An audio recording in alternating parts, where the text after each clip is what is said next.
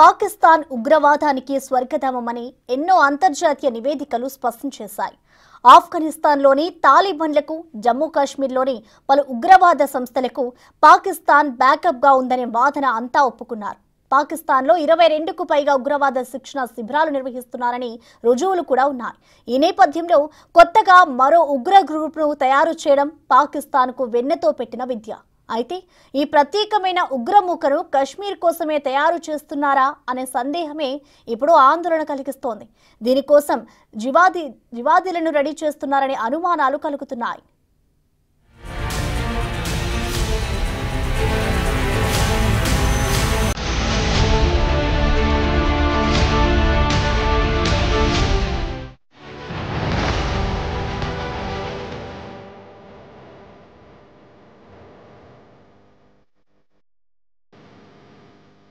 పాకిస్తాన్లో ఉగ్రవాద శిబిరాలు నడుస్తున్నాయని, వాటిపై పాక్ ప్రభుత్వం ఎలాంటి చర్యలు తీసుకోవట్లేదని భారత్ ఎప్పటి నుండో ఆరోపిస్తోంది. పాకిస్తాన్లో 22 ఉగ్రవాద శిక్షణ శిబిరాలు నడుస్తున్నాయని, వాటిలో 9 మసూద్ అజార్ స్థాపించిన జైషే మెహ్మద్ ఉగ్రవాద సంస్థకు చెందినవేనని గతంలోనే భారత్ వెల్లడించింది.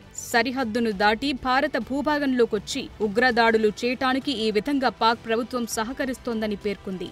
అయినా పాక్ మాత్రం ఏమీ తెలియనట్లు నటిస్తోంది. పాకిస్తాన్ ఉగ్రవాదానికి అంతర్జాతీయ కేంద్రంగా ఉందని ఎన్నో నివేదికలు వెల్లడించాయి. భూమి మీద అత్యంత ప్రమాదకరమైన ప్రదేశంగా వర్ణించబడి పాకిస్తాన్ సెమీ అటానమస్ గిరిజన ప్రాంతం, వాయువ్య పాకిస్తాన్లోని శుష్క పర్వత ప్రాంతం దీనికి కేంద్రంగా ఉన్నట్లు అంతర్జాతీయ నివేదికలు రూఢి చేశాయి. పాకిస్తానీ తీవ్రవాదులు ఇస్లామిక్ ప్రపంచంలోని జిహాదీలతో పాటు సైద్ధాంతిక బోధన కోసం యునైటెడ్ స్టేట్స్, యూరప్ నుండి కూడా ముస్లిం రాడికల్స్ ఇక్కడికొస్తారని నిఘా రిపోర్టులు చెప్తున్నాయి. పాకిస్తాన్ ఉగ్రవాదులకు స్వర్గధామంగా పనిచేస్తుందన్నది వీటి సారాంశం. ఈ ఉగ్రమూకలు పాకిస్తాన్లోనే కాక భారత్ వంటి స్వదేశాల్లో కూడా తీవ్రవాద దాడులకు పన్నాగం పన్నుతున్నాయి.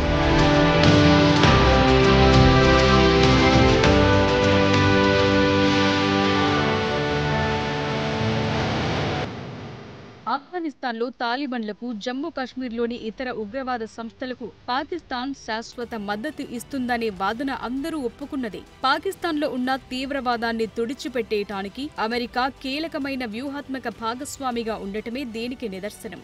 అనేక రకాల మిలిటెంట్ గ్రూపులు పాకిస్తాన్ లోపల బయట పనిచేస్తున్నాయి.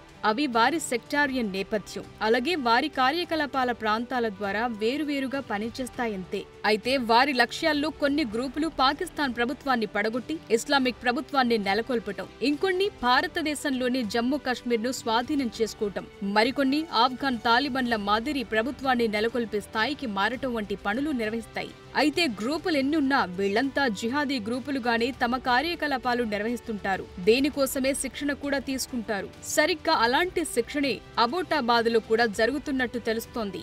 ఇందులో భాగంగా ఒక పూర్తి స్థాయి జిహాదీ తీవ్రవాదిని తయారు చేయటానికి శిక్షణ ఇస్తున్నట్లు నిఘా వర్గాలు అనుమానిస్తున్నాయి.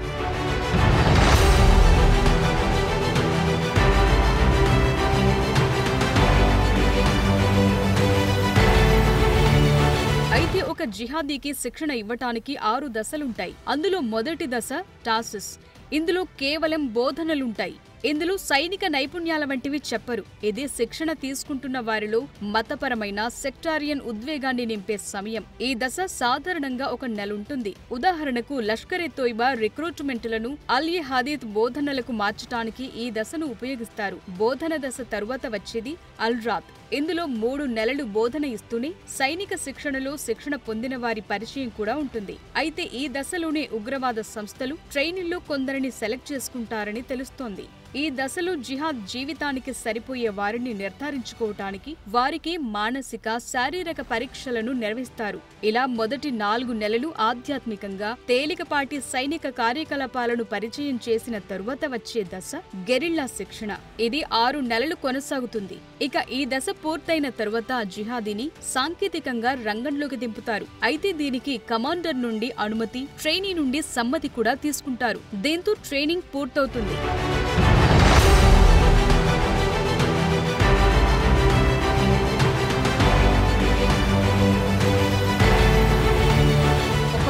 ట్రైనీకి మరింత ప్రత్యేక శిక్షణ అవసరమైతే ఆ ఉగ్రవాదిని దోష్కా జాన్లాకు అనే అడ్వాన్స్డ్ లెవెల్ కు పంపుతారు.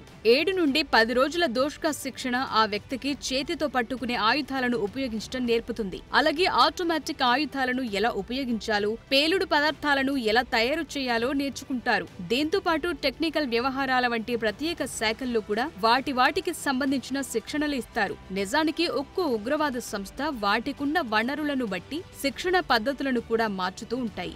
ఇక ప్రస్తుతం అబోటాబాద్ లో నడుస్తున్న శిక్షణ కూడా దాదాపు ఇలాగే ఉండొచ్చు.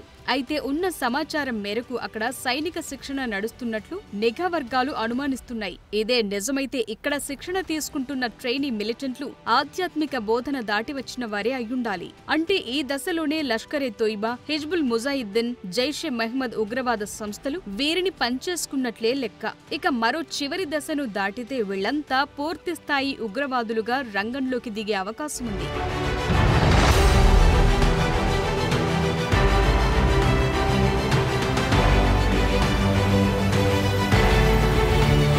అయితే కశ్మీర్ లోయపై దృష్టి కేంద్రీకరించి అక్కడ తీవ్రవాద గ్రూపులను తయారు చేసి వారిలో చాలా మందిని ఉగ్రవాదులుగా మార్చే సమూహాలు ప్రధానంగా 4 ఉన్నాయి. అవి జమాతే ఇస్లామీ, హిజ్బుల్ ముజాహిద్దీన్, జైషే మొహమ్మద్, లష్కర్-ఎ-తోయిబా. ఇందులో జమాతే ఇస్లామీ ఇస్లామిక్ రాజకీయ పార్టీగా బ్రిటిష్ ఇండియాలో స్థాపించారు. అయితే మిగిలిన 3 ఉగ్ర సంస్థలు కశ్మీర్ కేంద్రంగానే ఏర్పడిన కరుడుగట్టిన తీవ్రవాదులు స్థాపించిన సంస్థలు. ఇప్పుడు ఈ 3 సంస్థలు సంయుక్తంగా శిక్షణ ఇస్తున్న ఉగ్రమూకలను ఎక్కడ దించుతారో ప్రత్యేకంగా చెప్పనవసరం లేదు. అందులోనూ మసూద్ అజార్ స్థాపించిన జైషే మహ్మద్ స్థాపన కూడా బాల్కోట్ కేంద్రంగానే జరిగింది. అందుకే కేవలం కశ్మీర్ను కేంద్రంగా చేసుకునే ఈ ఉగ్రమూకలు పనిచేస్తాయనటంలో సందేహం లేదు. అంతేగాక ఇటీవల భారత హోంమంత్రి అమిత్ షాతో సహా చాలా మంది కేంద్ర మంత్రులు, బీజేపీ నేతలు పాక్ ఆక్రమిత కశ్మీర్ను తిరిగి స్వాధీనం చేసుకుంటామని ప్రకటించారు. అందుకే పాకిస్తాన్ ఈ ఉగ్రమూకలను రెడీ చేస్తుందా అనే సందేహాలు కలుగుతున్నాయి. ఇక దీనిపై పాక్ ఎలా స్పందిస్తుందో, భారత్ ఎలాంటి చర్యలు తీసుకుంటుందో వేచి చూడాలి.